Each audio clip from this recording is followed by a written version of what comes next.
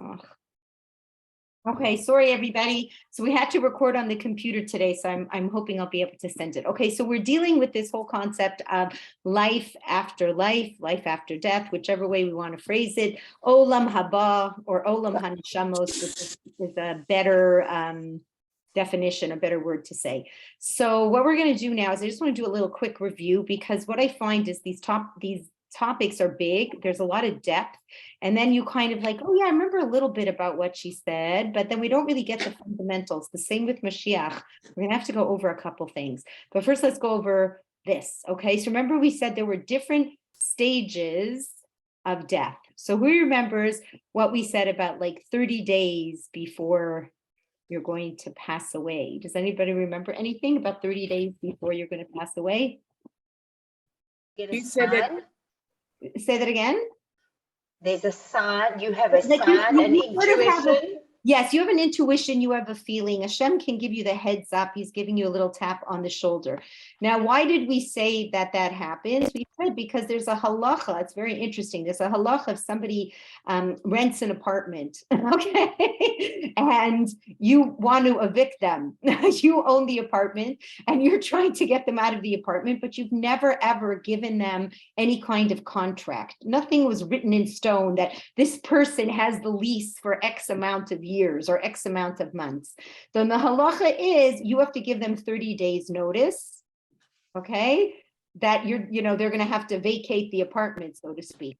So we say that Hashem does that. Now, we have to be sensitive enough to hear it, and we have to almost, in a way, have a soul that's sensitive enough to be able to even understand this message.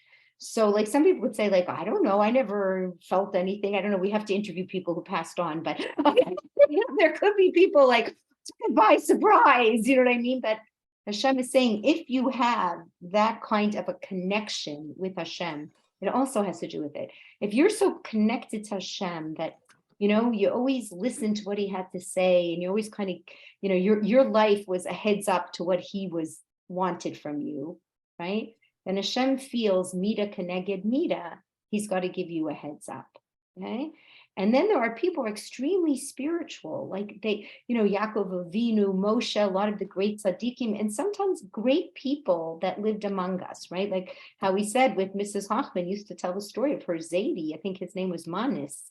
And when he had to die, the day he was going to die, he just turned to the family. They see him dressed in a kittel, like he's wearing his kittel. It's not Yom Kippur, it's not Pesach. He's not going to the chuppah. Like, what's going on? Okay.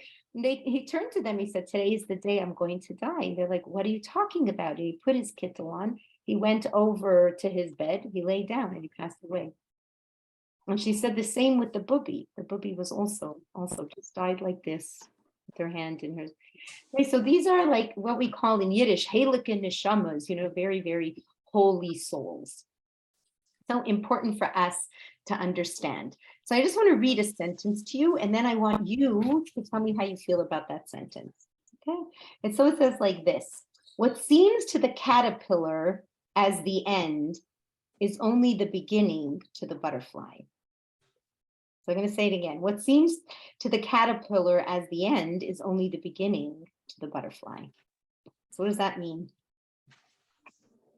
The caterpillar sheds its casing, and then it becomes a butterfly. So it morphs from one stage to another. Right, and to that caterpillar, when it's leaving its the cocoon, and it's changing and it's becoming a whole different reality, like everything that you will see in nature, everything that you see in this physical world, know that Hashem put it here to teach you about the spiritual world. And that's a very important point for us to know. None of these, like the way trees work, the way seeds decompose and then grow into something, right, is not an accident. It's not just like, oh, what a cute thing Hashem decided to make. It's all a big message to you.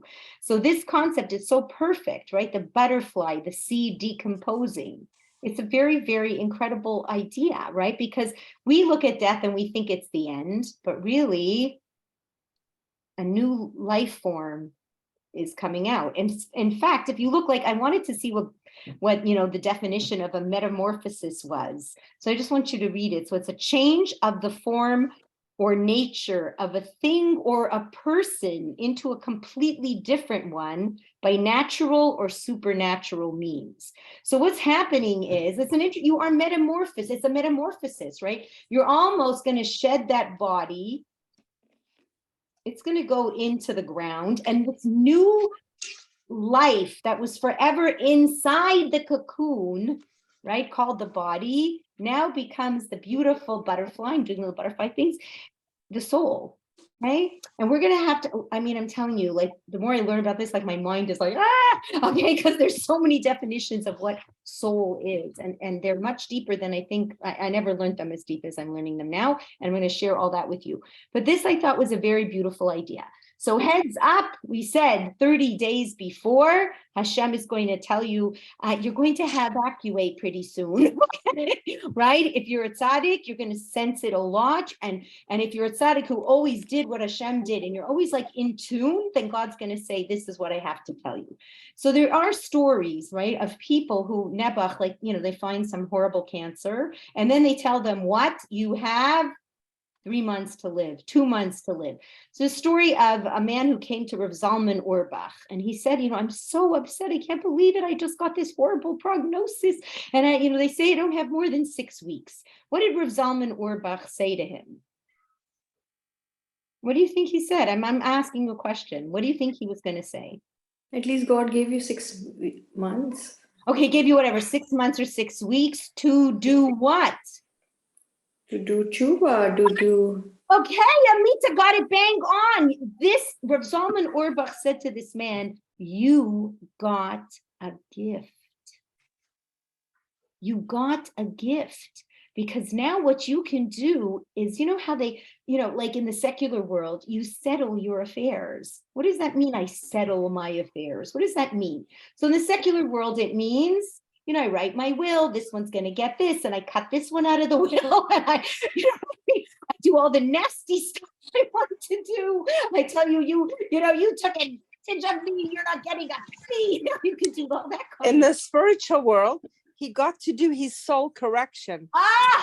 In the spiritual world, Barb is so right. In the spiritual world, you have a heads up. You know what you do now? You ask Mechila.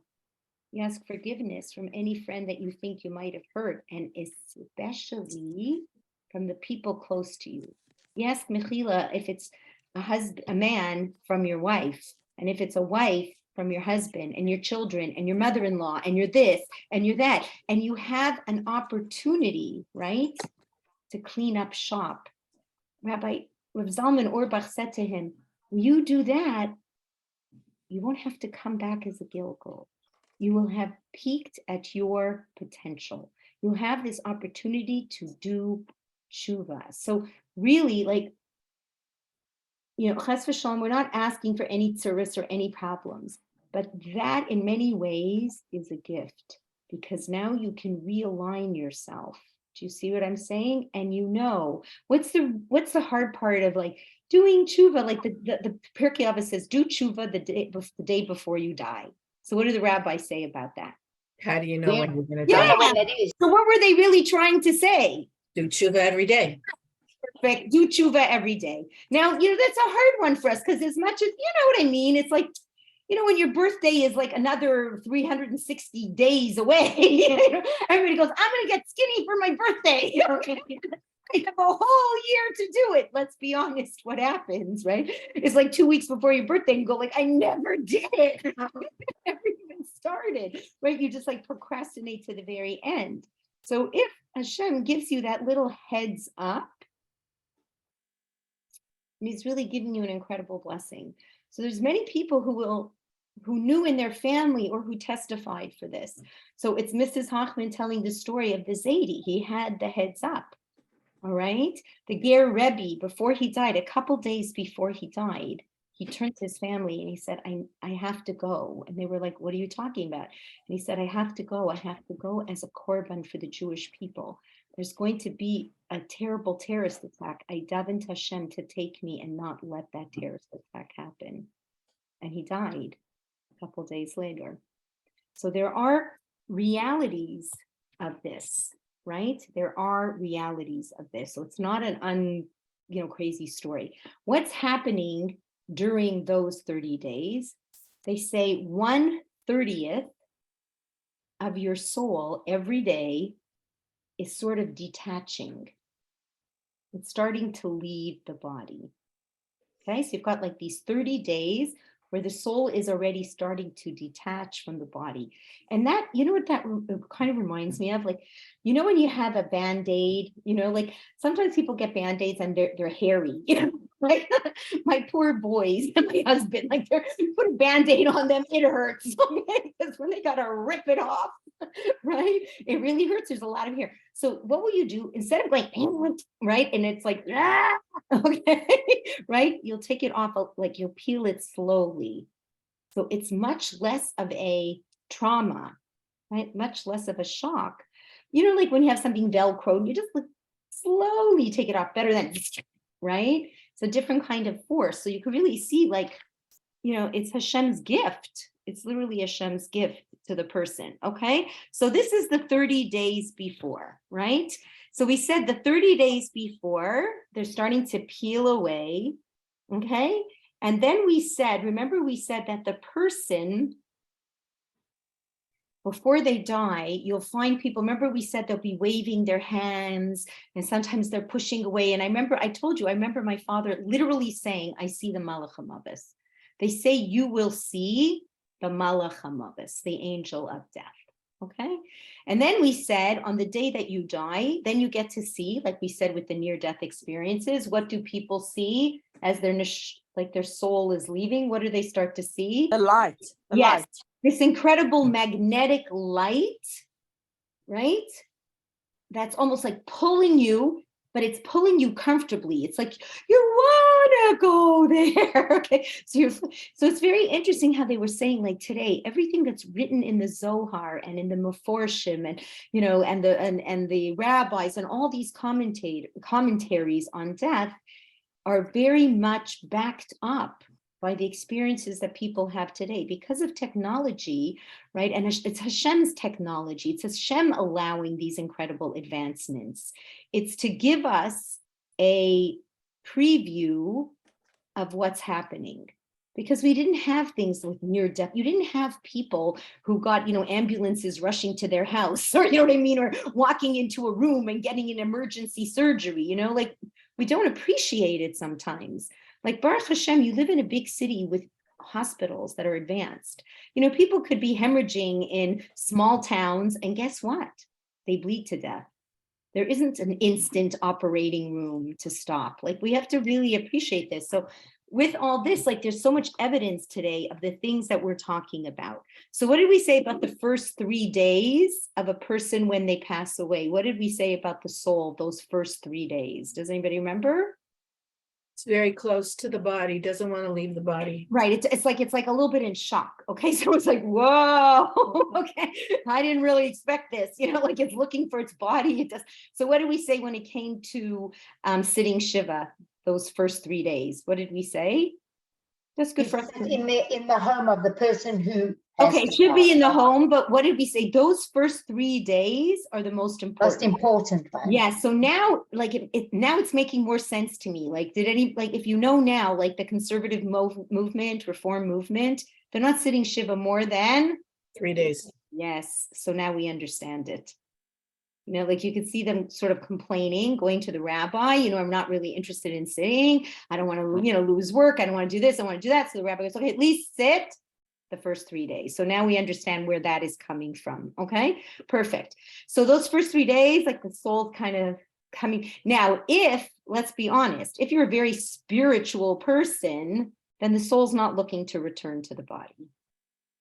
Okay, it's not. It's already accepting its new reality, right? For very spiritual people, they'll actually say, I don't remember who the great rabbi was, and I wish I did, but they exhumed his body like 100 years later, and it was in perfect condition. Okay, so that's a very different reality, right? So we're saying the first 3 days is very important. Then what Karen said is very true. We sit Shiva in the house of the person who is deceased, right? It's his house, not, it's convenient at your aunt, so-and-so. If you can't, it was a small little place and you can't do it, but preferably would be in the house because we said that the soul is hovering around there. Okay, and that's why we said when we say hamakom yinachem, what's the next word? That's him. Yes, we meant meaning use more than one person. We meant not just the people sitting Shiva, but the soul itself, the person itself, the nifter itself. Okay, beautiful. So we got up to a lot of good things. Gail, where does it say about the 3 days being the most important? That's a halacha, so it's probably in the Shulchan Aruch. Okay, so now, and I'm glad to see now it's making sense, because I was wondering the whole time, why did they just pick 3? You know what I'm saying? So now we know. Okay, so now here comes the fun part. Okay, so now it's the 7th day, the 7 days are finished. Shiva's finished. Now you have 30 days. Okay, so 30 days, what happens there, we're going to know in more detail later, but it's not the most comfortable time. Okay, so the first 30 days is not the most comfortable time because it's not so pleasant to say this. Okay, the body, the 3 main parts of soul, what are they? I like Sandy. I don't want to hear this. Okay, what are the 3 main? I hear 30 days now. Yeah, what's the 3 main parts of the soul? I don't know. Neshama, The heart? Yeah, neshama, the highest Nefesh. part.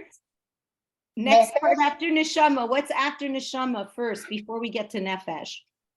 Is it heart? The No, yoga. ruach, Oh. right? Ruach. Okay. Ruach. Okay, I'm going to answer a question I just got on the chat, but after. Okay, so wait a second. Fran, I'll answer your question soon. Okay, so wait a second. We have neshama. Yes. Ruach, lowest level is nefesh. We're going to learn about so many more parts. It's going to throw you, but that's okay. So we're saying, let's say these parts have left. If you are very still kind of attached to your body, okay, there's a teeny little bit of nefesh left that has a little bit of senses. And it's not going to love being in the ground. Okay, not going to love it. So for 30 days, there might be this kind of uncomfortable essence, okay, right? But I'm davening, none of us have that. Okay, but could be there's a little bit of an uncomfortable essence there. Fine. Okay, now you're going up to Shemayim. Woo! Okay, and now we're going to go to the fun part. So we like to talk about saying Kaddish for the person. How long do you say Kaddish for a person? a year. 11 months. Okay, so you say a year. Why just a year? Why not 2 years? Why not 3 years? Why just a year? That's the Isn't it 11 months? Okay, so we're going to discuss this. Okay, so let's hear. But Sandy, we're going to come to that, Barb. Sandy, why a year? because that's the amount of time it takes for the soul to do what it needs to do and then move on. Where? What's it doing? When you say soul needs to do what it's doing. Well, it's up to a year, so it's up to a year, I guess, in Gehenna. Yes, say it. In Gehenim, okay? Gehenim, which we said was a big rehab center, okay? Which is also known as hell, okay? Now, hell does not sound like a good place, all right? And the Torah gives you some descriptions that are not very pleasant. Now, what Barb said was a very interesting thing. It's just interesting to know this, heads up. So they say the longest time that a person could be, the longest, is a year. So what people usually want to do, you don't want to make it look like your parents weren't the best. You know what I mean? So people will say Kaddish for 11 months. I never heard this before, but it's interesting to hear. The Zohar says you should really be saying it for 12 months. And if it's, let's say, a son who was saying it personally for his parents, he should say it personally for the 11 months. And then for that last month, ask someone else to say it. It's a very interesting idea, but really it's best to say it for the whole 12 months. It's very interesting. So now I want to... But we're in mourning for the 12 months. Yes, you're in mourning. We're in Avelis for 12 Right, you're in Avelis for 12 months, but there's a lot of people who stop at 11. So we're really saying that it's better to hire someone or ask someone if they'd be willing to do it for you, or hire them. It's good to give tzedakah in merit of this parent and let them do that extra month for you. So Why then? Why would you stop at 11? you stop at 11 because you want to not sort of make it look like your parents needed the full, you know what I'm saying? Like it's up to 12 months. So we're trying to say like, well, if you're not such a bad guy, you only have to be there for 3 months. So we're saying, okay, you know, they weren't such bad people. They only had to be there for 11. It's more, you know what I mean? Like, you know, we have a lot of kavod amace. We have a lot of respect for the dead. Like you really, like all of us, which is, it's hard. You really have to be very careful not to talk derogatorily about people who've passed away. Like the Torah tells you, you're really gonna have to beg them for forgiveness, right? And in fact, you want to try the best you can. Like, you know, you're talking to a therapist, you're talking to somebody who, like, let's say your parents weren't the easiest people to be with, and you need help. Yeah, you talk to the therapist and you tell them the truth. But just to blab around, you know what I mean? You have a good friend, you have a husband, you want to, you know, tell your soul and how you're feeling, that's a different story. But just to go, you know, my mother, you know, like, you think my mother was such a nice person? Let me tell you who she really was. You know, like this kind of stuff is not a good idea. And when you pass on, you don't want people doing that too. Why is it so unfair? They can't defend themselves. Exactly right. It's a very one-sided story. Okay, so Fran just quickly, she asked me a question. If you don't live in the house where, you know, you're sitting Shiva, can you go home to sleep? Yes, you can. You can. Okay. Now, So, Gail, what happens if you bury your parents in Israel? Your parents are here. Like my parents died in South Africa, but we moved them to Israel and we buried them there. yeah, it's beautiful. That's a beautiful thing. So we sat Shiva there. You sat Shiva. Okay, so we're saying there's a situation where we're saying the best, you know what I mean? And under these circumstances, but maybe under those circumstances, they were in a whole different reality. So it could be, you know, first of all, I think being buried in Eretz Yisrael is probably one of the highest places to be buried. Do you know what I'm saying? So much better to bury you in Eretz Yisrael, right? Than to worry about having to sit Shiva in South Africa. Do you know what I'm trying to say? So you would have to ask a rabbi, but for as much as my limited understanding, that shouldn't have been what we call a shter. You know what I mean? It's actually a beautiful thing you did for your parents, right? Okay, so we have these 30 days in hell. So now I want to talk to you about hell, okay? Because it ain't a very pleasant topic. And you know what I mean? Like if you look at, like even Judeo-Christian philosophy, right? Like hell is terrible, right? It's, you know, you burn and it's awful and there's all kinds of, you know, it sounds so terrible. Look at Halloween, you know, the most unpleasant holiday in the whole wide world with all these like ugly skeletons and ugly things flying around. That's all about purgatory and hell and all this garbage, okay? So now I want to talk to you. I really love Rabbi Wallerstein. I want to do this in his memory. It's a beautiful thing that he wrote, and he went to his Rav, who I remember gave a really wonderful eulogy about him. He's a very, very chashuv rabbi. My sons live in Israel. They go to hear him all the time. His name is Rabbi Gamliel Rabinowitz. Okay, you can see him sometimes on tour anytime. The only problem is it's in Yiddish or Hebrew. Okay. So it makes it a little hard for most of us. Okay. So anyway, Rabbi Wallerstein went to him and he was very down. Okay, so Rabbi Wallerstein said, you know, I'm really feeling badly because he deals with a lot of young adults and teenagers, and both religious and not religious, that were coming to him and saying, you know, I'm really like not interested in Hashem. And like he'd say, what do you mean? So he said, like, I don't love a God that wants to punish people. Like it always sounds like no matter what we're going to do, we're going to get zapped and then we're going to go to hell and then we're going to burn and then we're going to be in purgatory. And like people would say, tough stuff. Like, you know, he said to Rabbi Gamliel Rabinowitz, he said, like, you know, these boys come to me and people say, you know, if you're looking at pornography, then your eyeballs in the end are going to be burning out of their sockets. And then, you know, if you have your hair very, seductive, then worms are going to crawl in your hair. Like, you know, they hear all these like very, they're scary. Like, you know, when Sandy put her hands over her ears, like you were doing it purposefully, like it's not simple stuff, right? So he said, like, what should I say to these kids? Like, it's driving me crazy because here you are saying, oh, Hashem is so good and he's so loving and he just cares about the world. And then yet, like, it looks like he's going to zap you, you do this and you'll be cut off of the Jewish people and you'll be a spirit flying from one side of the world to the other and you'll have no rest. And he's trying to understand, like, what is this? So then Rabbi Gamliel says to him, and I think I want to read some of it because it's written so well. Like, it's not, I don't want you to miss, you know what I mean, what was going on here. So he said, like, I really feel stuck. This is Rabbi Wallerstein. I'm really stuck with this dilemma. The truth is that I knew there is reward and punishment, and there is Gan Eden and Gehenim, right? And he couldn't lie to these kids and say, oh no, everything's hunky-dory, doesn't matter what you do, God just loves you, whatever. Like, even, I'll tell you honestly, even Santa Claus, okay, it's not nice that we remember these songs, but you better not pout and you better not shout, right? Because Santa's coming to town. And if you are not a good girl or not a good boy, what happens?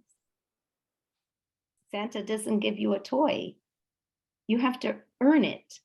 There's like consequences. Do you know what I mean? So it's not that, Rabbi Wallerstein could like make this into something else, right? So he said, so Rabbi Gamliel is looking at him and he answers like this. You're 100% right.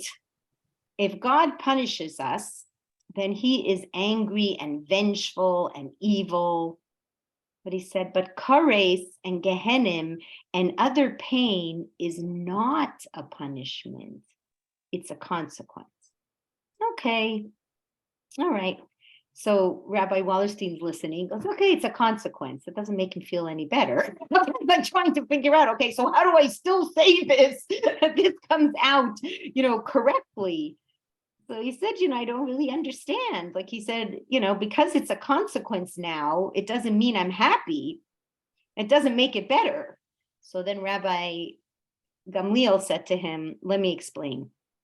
A man is on his way to a 5-star luxurious wedding at a hotel, and he's accompanied by a friend.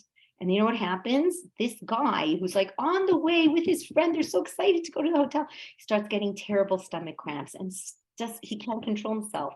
And he ends up messing himself. Like he ends up like with diarrhea and it's all over him. And he's so embarrassed and he smells terrible. And he's just like, how is he going to walk into this wedding hall like this? Like, he's like, oh my gosh, what am I going to do? So the friend says to him, oh, don't you worry. I'm going to drive you home and I'm going to put you in the shower and we'll wash you up and I'll get you the best deodorant and you'll get dressed again. And don't worry about it. It's going to be amazing. I'm here to help you. And he peels off his clothes and he helps him get dressed and he runs and gets him the deodorant and now he looks so beautiful and he's all cleaned up. And now he's able to go to the wedding. All right. So now, would you say, this is Rabbi Gamliel talking to Rabbi Wallerstein.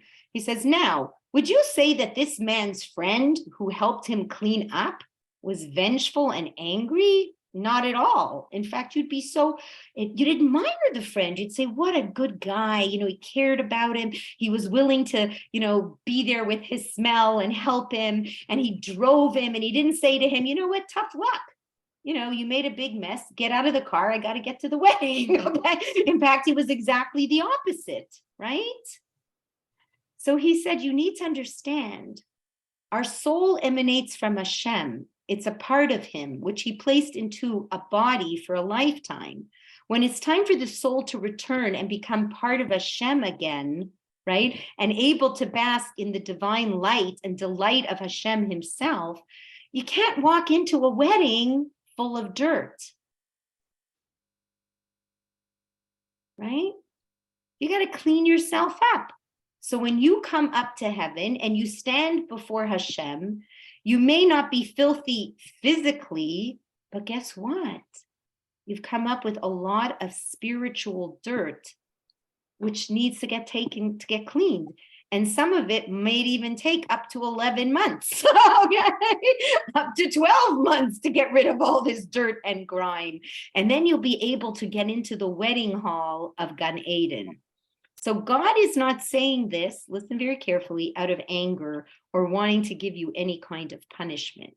The Zohar tells us that when Hashem created the world, he created physical laws of nature, right? Gravity is a physical law of nature. You know what is another really, really important one? Every action, there is a reaction, right? Everything you do makes something happen. There's a consequence. So if like plants and trees, like if anybody here buy a plant? Anybody have plants in the house? Raise your hand. Do you? I love my plants, right? I love them. Do you love your plants? I love your plants. You know, you give your plants the water and the stuff and stuff. But sometimes you forget to water your plant. You go out of town and you don't tell somebody to come and water your plant. What's the consequence? They die. It does, yeah. It dies. There are consequences to our action, right? You put your hand in fire. You know how many times I get these silly burns? Anybody else ever get them? Like you're kind of lazy to go get them, those mittens, you know? Like the really good ones. And so you take this like thin little dish towel and then you go, ah! Right? There was a consequence. You were lazy to go and get the real thing. You knew really what was right. You knew, I know it. Sometimes I'm just in a hurry. Like I just don't care. I don't want to be bothered. So I don't want to be bothered. There's a consequence, okay? Similarly, you put yourself underwater and you just like don't bother to get your head back up, you're in big trouble, okay? Okay, so if a cup falls onto the floor, there's a consequence. Nobody's mad at the floor and the floor is not mad at the cup. It's the reality of what happened in the natural world. The Zohar says it applies in the spiritual world. The Torah tells you the consequences. It's not that Hashem is afraid to tell you. It's not that God fed you bubemaises. Hashem tells you, if you do this, this happens. You do that, that happens. That's all. In the Shema, you say every single day, you follow what I said. I'm telling you, I will give you rain and fruits and this and that. You get too much and you forget where it came from. You become, fat and you don't care anymore and you just look around and you're just full of material realities, then I move out of the picture and there will be a consequence. Okay, so we get this. So you're not up, so it's almost like a perspective of physics. Okay, every action has a reaction. Okay, so we know that there are spiritual consequences. Okay, it's the way it is. Okay, now, and what else is there so beautiful? That Hashem also reminds us, you can erase those consequences. You have something that goes above nature, right? That's why we say when Hashem first created the world, it's Elohim, which means pure judgment, pure consequence. And then what did he saw? What did Hashem see? He does that. He's going to be knocking off every person every second. Like a bolt, bolt of lightning will come down and strike us. So what did Hashem create? Mercy. Mercy, tshuva, beautiful, that you can, and that's the way we have to be to the people in our lives. That's your godliness, is that you give other people a chance. And you don't go, you don't know what you're doing. I never forgive you. Who was I listening to? It was like so heartbreaking. Oh yeah, somebody was telling me it was so heartbreaking. Like they're still, like they're fighting with their family in such a harsh way. Like I really want to cry, it was like really, really sad. It's just sad. Okay.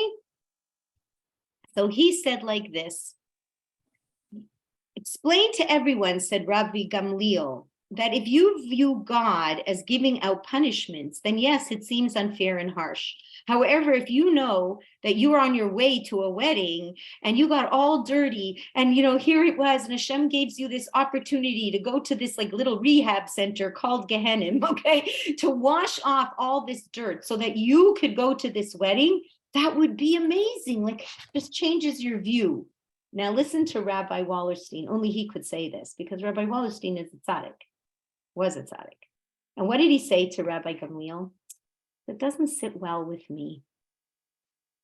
So he goes, what do you mean?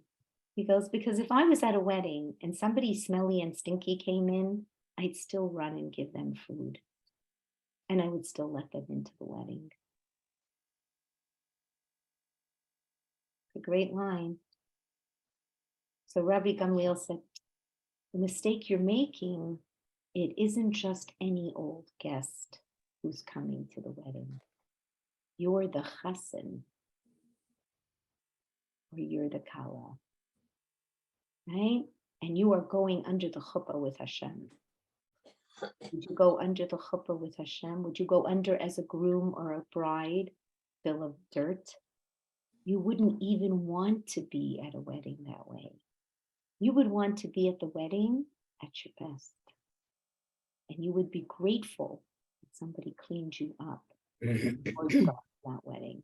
And I think that's the bigger key. The bigger key is how much Hashem wants you and how important you are. You're not just any old anybody, right? There's only one Sandy Klish and only one Fran and only one Karen and only one Leora and one Barb and one Sonora and one Sharon and one Amita and one Gail. There's only one. Hashem can only have this relationship with you, right? Which kind of you do you want to be? You want to be the you with your best foot forward. You don't want to come half-baked. Do you see what I'm saying? So yes, it may not be the most pleasant experiences, and yes, there are consequences, but Hashem is giving you an opportunity, right, to clean up. Now be very, very smart and very, very wise. Don't say, okay, so what I do here, it's not going to matter so much. I'll get up there. I'll go to Gehenna for a whole year. Big deal. You know?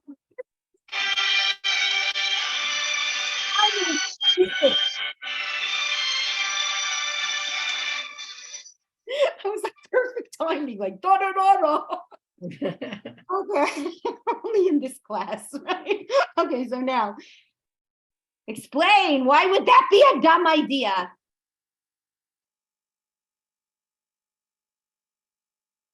Why would you take a risk like that? Would you take poison and say, okay, good, I'll get my stomach pumped? Like, are you nuts?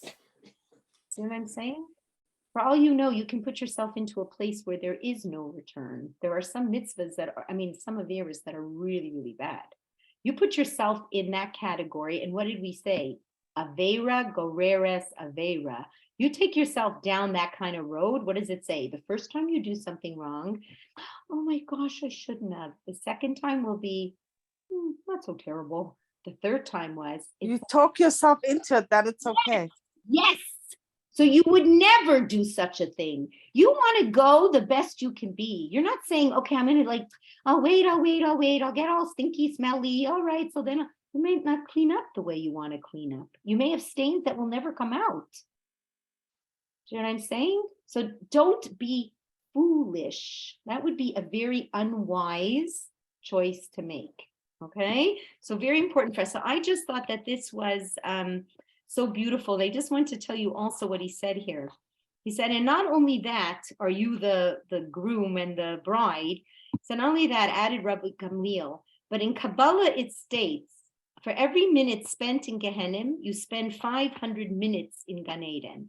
And moreover, okay, great. So you know you're really going to get cleaned up. You're going to get to, but look at Hashem's chesed.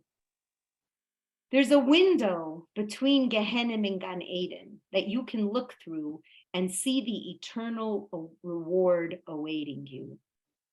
You know, sometimes like the hardest thing, you know, it's like, you know, imagine you're doing hard work, but you don't know where it's going to get you.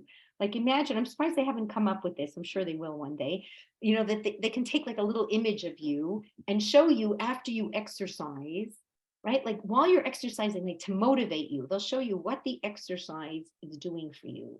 Like imagine you're exercising and you see the more you move your arms and your legs, your heart's going da-thump, da-thump, da-thump. You know, like if you could see the changes that were suddenly you're toning, you know what I'm saying? Like you'd be so motivated to do it. So that's what Hashem's trying to tell you.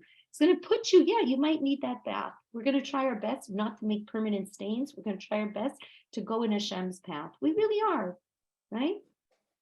But we're going to look at Gehenna and not go, oh my God, this is terrible. And I go, you know what, Hashem, I don't want to go there. And if I have to go there, I want to go for the minimum amount of time. Give me the koyach and the energy to make it through this world, right? As clean as I can be, right? And if I make boo-boos, give me the perspective to know how to do tshuva. I don't have to go to that. But how you would be so kind as to let us see, that's a really beautiful gift you're giving us. It is. It really, really is. Okay. Now we don't want to use it, but it's a beautiful gift. Okay. So that was that. So now let's move on to the next part. Okay. So now Gail, is it just 1 year in Gehinnom? that's what it or says. But can you he know what? I'm forever? very afraid. Like when people say year, like I don't know what time is. Like when you're morphing into another world, right? And as far as I understand, like the world of neshamis, I don't know if they're, I don't know.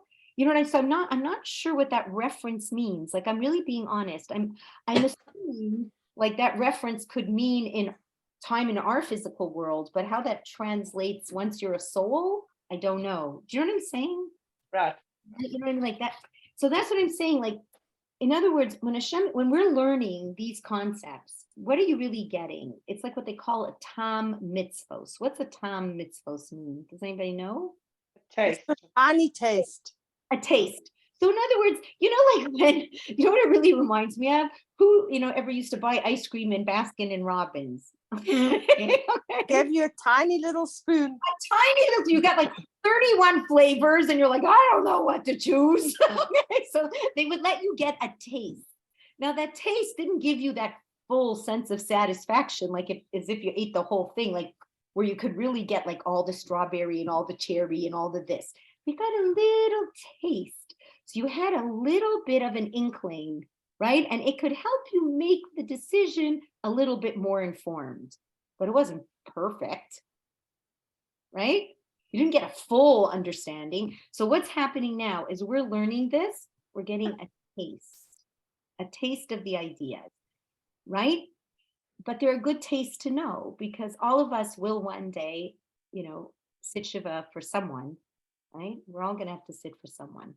So it'll be very good that when we're sitting, we have a conscious understanding, like the soul is around us. And it might give you a little more of an awareness when they're there. Do you know what I mean?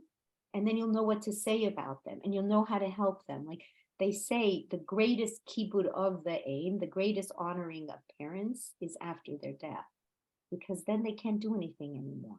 So it's only you who's really, you know what I mean? Moving them up and down, which we'll learn about. Okay. Okay. So now I shared this story with Rabbi Wallerstein, and now we are going to look at something else. Okay. Yeah, it's a very beautiful story, and I can't remember the name of the person, but there was a person who was in a gulag, which in Israel means a terrible terrorist attack. And like his wife found like 30 days before he had come to that terrible time with the terrorist attack, he had written a will and he had written all the things that he wanted. And it was very, like, do you know what I mean? Like she didn't understand. He was like a young guy, but that's this idea of those 30 days before he had some kind of understanding that something was going to happen. You know what I mean? And he did it. Okay. So let's see. I just want to see where we are. Okay. So now I want to we have these like last 16 minutes. Okay. So Fran wants to know, what about someone who doesn't believe in Hashem and doesn't live a Jewish life? That is a very, very big question. We know that Hashem is going to try his very best to awaken that person and give them the opportunity to do tshuva, to recognize him, to be a better person. And that's as far as I can give you in terms of an answer. But that's what they say. Like Hashem will try. Like you'll have different circumstances in your life, right, that are trying to wake you up, trying to make you more godly, trying to make you turn to Hashem, right? It's not that Hashem he does not want to give up on you. They say to the last breath, Hashem will be there waiting. I was going to say, at the very last minute, they can change their mind. And at the very last minute, you can shout out, please God, or you know what I mean? Like you can, right? And we don't even know, like they sometimes say, like, that's why you shouldn't be pulling plug. Well, I don't want to get into that whole thing. We'll have to find all the halachic thing another time. But this idea, like sometimes if someone's already been put onto these respirators or whatever, like you shouldn't pull it out because you don't know subconsciously what's really going on. Like they say, even the person can still have hearing. They may not look like they're conscious. They may not look like anything, but they still can hear you. Do you know what I mean? There's still things that could be going on. And for all you know, there's a discussion between him and the Malach HaMavis and Hashem, like you have no idea, right? There's another spiritual dimension that could be happening that we don't know. So that's the best I can tell you, Fran, and I only daven. If you know people who do not believe, daven for them. It's not a joke. Because if, God forbid, they're really like, like I was thinking about it. I happen to not be a big fan of Nadler and Schumer and those people in politics, these Jews who I feel are such a chil Hashem, and it really hurts me, right? And we learned about the Erev Rav, right? So I was just like saying to Hashem, I don't know who they are. I don't want to judge them badly. Let them do tshuva. You know what I mean? Don't let them be in politics, but let them do tshuva. But anyhow, so I'm just saying, so the same thing here. Like I wish I could say differently. I just, you know what I mean? I just know God is a loving God and he would want them. He's not going to want to abandon them. He's going to try to wake them up. Okay, sorry. So now we're going to talk about something that's very important, and it really has more than one meaning. And I never really knew this, but first we need to clarify this meaning more than anything else. So we say that Hashem blew in a neshama into man, right? And it makes a lot of sense. Neshama, neshima, breath, the breath of life, right? All these kinds of things, right? And breathing is like it's what calms you. It what makes you mindful, gives you the ability really actually to make decisions, right? Because if you're all anxious, it's either going to be flight, fright. No, what was it again? Flight, fight, freeze, or if you're really lucky, faith. Okay, that's what's going to take you back down to normal. Okay, so what do we call this thing when we say, we have this little piece of Hashem's like neshima, his breath? We say we have something inside us. It's called tselem Elokim. Man, they say, is b'tselem Elokim. What does that phrase mean? We made in his image. Okay. So now let's get a real definition, because it's very hard to understand that. Why is it so odd to understand this concept of that we are in Hashem's image? Because he's not corporeal. He hasn't got a body. He doesn't have a body. Like, what does that mean to be in like his image? So I just want I took this from the Chabad website, and I really actually want us, like, I want to go through them piece by piece, and I want to hear like your input, and I want this to be a collective, because it's very important. And it's probably one of the most important things that we have to understand. Like, because it's the foundation of Judaism. Like, I love every person because I believe they have a tselem Elokim. Okay? That's not a small thing to say. Like, we look at humanity as having something very valuable, and it's called a tselem Elokim. They're in the image of God. So unless I really know what that means, how can I really love people? How can I even love myself? Right? How can I even love myself? Okay, so let's look for a second. Okay, let's look for a second. Okay, so here we're gonna take a look at it. Okay, so here it is. The statement that we are created in the image of God means that we are formed as a reflection of our Creator's attributes and characteristics. Okay, so someone explain what that means, that we're a reflection of his characteristics and his attributes. Like, you can sometimes, like, you may be like, they'll say, you're the spitting image of your grandma. You know what I mean? What does that mean? Like, you can't be the spitting image. She was still different than you. It's a whole different person. But they say the spitting image of your grandma. So explain, Sandy, what would you mean when I say you're the reflection of Hashem's attributes? What does that mean? Well, because we learned that Hashem has certain characteristics about kindness, even about gvura, and about just how he reacts with people, and so we're supposed to emulate that and copy those characteristics in our personal relationships. Perfect. Okay, perfect. So it's like you're looking in the mirror, right? So you see an image of yourself, but it isn't real. It's not really 100% who you are. It's like one-dimensional, right? You're more than one dimension. And if you broke the mirror, it's broken, but guess what? You're still here. Okay, so it's like it's a reflection. Okay, so it's not 100% but it's a reflection. And the most important part of that reflection is not that we have, Hashem's eyes. It's not that you've got God's teeth. It's not that you've got beautiful hair like Hashem. It's the attributes and the characteristics. So that's the attributes, like you're able to be forgiving, right? Like no elephant will go over to another elephant and say, you took my peanut. Oh, well, don't worry about it, honey. I forgive you. You're not going to see that, okay? They don't have that, right? That depth. They don't have that kind of a soul. Like 13 attributes of faith. No? Yes, there's 13 attributes of faith. There's 13 attributes of mercy that Hashem has. Okay, there's 13 is a big number and attributes are big. And there's characteristics like what Sandy was saying, right? The chesed, the gevura is discipline, the endurance, like all kinds of different things, right? That you see in the spheros. Okay, now, so when we talk about the image, this cannot be taken to mean that we literally look, feel, or think like God does, because he has no form and is not limited in any way. So that's where we can have a certain understanding of truth and of justice. We can have a certain understanding, right? And Hashem will say in the Torah, under these exact circumstances, this is how you can view the issue. You need 2 witnesses, you need this, you need that. Here's where I can give you an opportunity to make some kind of a judgment. But generally speaking, because we're limited, that's where we have a very hard time with what? Good things happening to wicked people and bad things happening to good people, because our vision is so limited.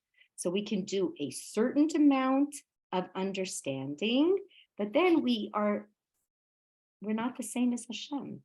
And that's a good thing, because none of us want to be God. Okay. It's a very complicated job.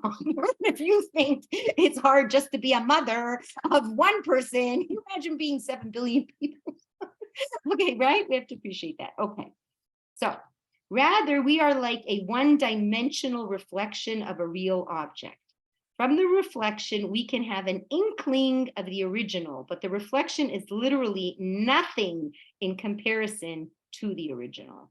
Okay, so this is expressed in many ways, some physical, others psychological, and still others are purely in a spiritual realm. Here are some of these. So here's where we're going to say, here is where we are somewhat similar to God, but will never be in the big understanding. Okay, so the physical body of man, so we have eyes, we have ears, we have a nose, we have 2 hands, we have 2 feet, and so on. It's a reflection of the godly attributes which prevail openly in the spiritual worlds and in a concealed manner in our world. So in other times you will see things in the Chumash, right? Like we'll say, Hashem was so angry, or he had a reach nechoyach, like, you bring a korban and it smells so amazing to Hashem, or he took us out of Egypt with an outstretched hand. So it's not that there was really a hand or a nose or this or that, but it's almost like it gives us this kind of description so that we can get a sense, like an outstretched hand, meaning I really was yearning to take it. And it's very forceful, an outstretched hand, right? Or that Hashem gets like a pleasurable feeling just from a smell. Like, I don't know about you guys, like it's very hard for me to work in my house because I don't know, Chai is always cooking.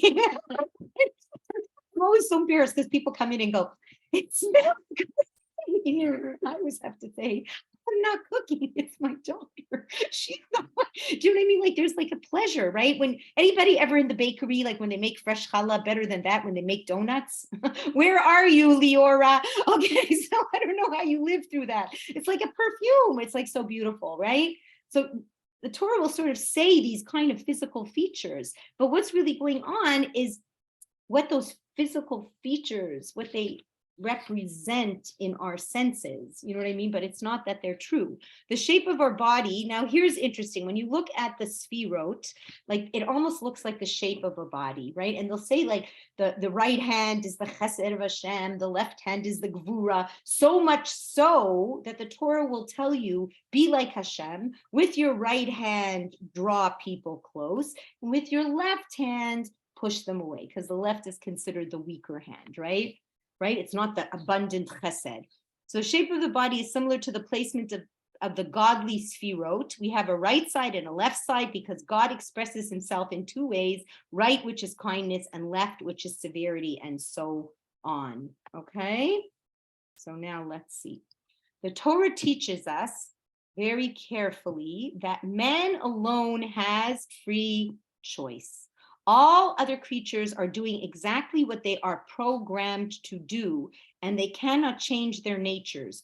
Only the human being has the power to grow, mature, and change, because he or she is a reflection of God, who is unlimited. Oh, shut up with your stupid God stuff. Okay, do you hear? Do you hear what I'm saying? Yeah? Right? Everybody's good with this?